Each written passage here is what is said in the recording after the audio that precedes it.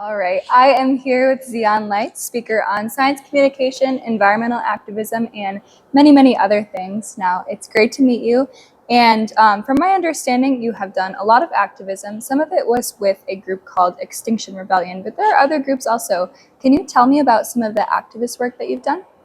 Sure. So thanks for having me, first of all.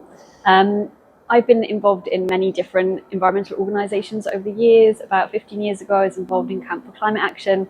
It was a small group in the UK with about 100 people, but quite similar kind of principles to Extinction Rebellion, I think maybe just a little bit before its time. And then obviously I was the spokesperson for Extinction Rebellion. I don't know that the movement got that much ground over here, but it was very big across Europe and especially in the UK where it was founded. And I was in the media messaging team there, so I was very involved. Very cool. That's all great. Now tell me, what caused you to switch to primarily nuclear activism as opposed to broadly environmental activism? Well, I don't see them as separate things. I've always been an environmental activist, and to me, it's not different what I'm doing now because I've always been an environmental activist and I still consider myself to be one. I used to protest against fossil fuels. That's still something I believe we should phase out. And I'm still doing activism. I'm still doing the communication. I'm still working in a broad movement with a lot of people who are concerned about energy poverty and energy justice and climate change.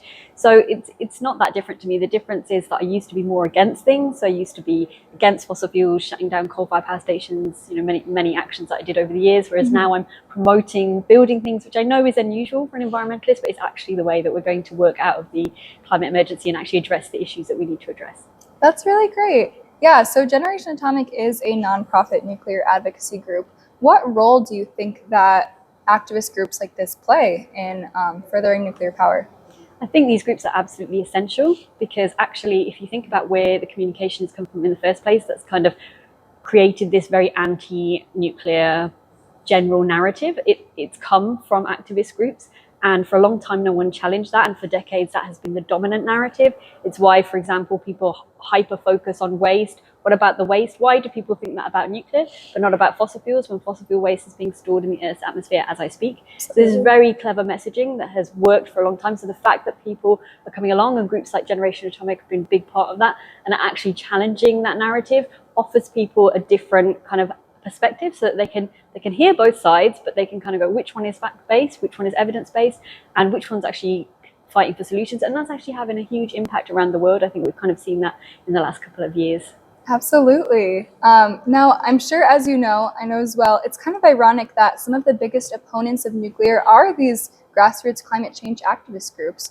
Now, how do you think the anti-nuclear narrative could change if they were to, support it, or maybe not support it, but maybe just become more neutral towards it? Could that improve the fight for the climate crisis? So I started a small climate activist group called Emergency Reactor. It's just UK based, and we do little actions around the UK. We went down to the Greenpeace headquarters and we dumped fake coal on their doorstep. Really? And we dressed as chimney sweeps from Mary Poppins. Yeah, and we had a conversation with them. We were saying, look, actually, to be honest, a lot of the younger people that work there, they're not necessarily anti-nuclear, but they've inherited the kind of old, environmentalist fear of nuclear from that kind of Cold War era. They've inherited that in these organizations, for example, like Greenpeace, but a lot of the people we spoke to were not necessarily on board with that. But they'd kind of say, well, it's not really to do with us. And we pressed the point where we said, we're not saying you should come and be advocates, but you have to back down.